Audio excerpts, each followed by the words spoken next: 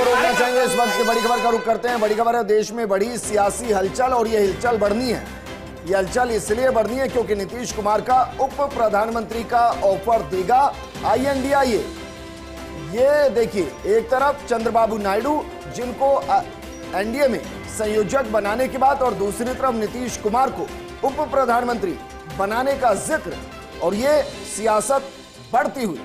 हालांकि चुनाव से कुछ वक्त पहले ही नीतीश बाबू NDA का हिस्सा बने हैं, लेकिन क्या वाकई में वापस वो उस INDIA का हिस्सा बनेंगे जिसका पैरोकार वही रहे, जिसका झंडा बुलंद करते हुए वही आगे चले, लेकिन फिर वो खुद भी हटे और हटते हुए NDA का हिस्सा बन गए? ऐश्वर्या, सवाल आपसे है, क्या वाकई में अभी भी ये संभावनाएं हैं कि कुछ बदला जा सकता है? क्योंकि मैंने कहा कि जब सारे आंकड़े सामने होंगे वहां से रीस्ट्रक्चर हो सकता है NDA भी और INDIA।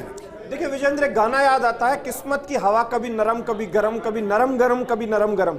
तो ये गाना जो है वो यहाँ पर फिट बैठता है आज की इस दौर की, जब रुझान लगातार आ रहे हैं इस सियासत में।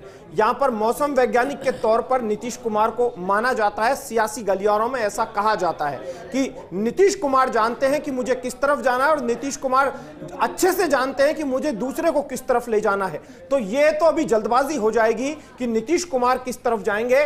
और हालांकि चंद्रबाबू नायडू को जो ऑफर दिया गया है वो अलग बात है, लेकिन जो मेरे पास जानकारी है वो जानकारी ये है कि कल ही और आज ही भारतीय जनता पार्टी के उच्च नेतृत्व की इन सभी से बातचीत हो गई थी।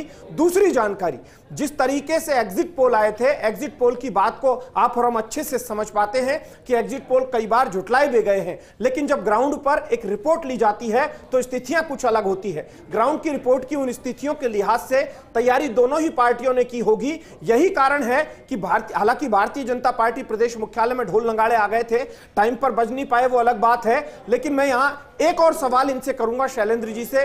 शैलेंद्र जी, डॉक्टर किरोड़ीलाल मीणा कहते हैं कि प्राण जाए पर वचन न जाई, तो दूसरी तरफ उनसे जुड़े कुछ लोग कहते हैं ऐश्वर्या, क्योंकि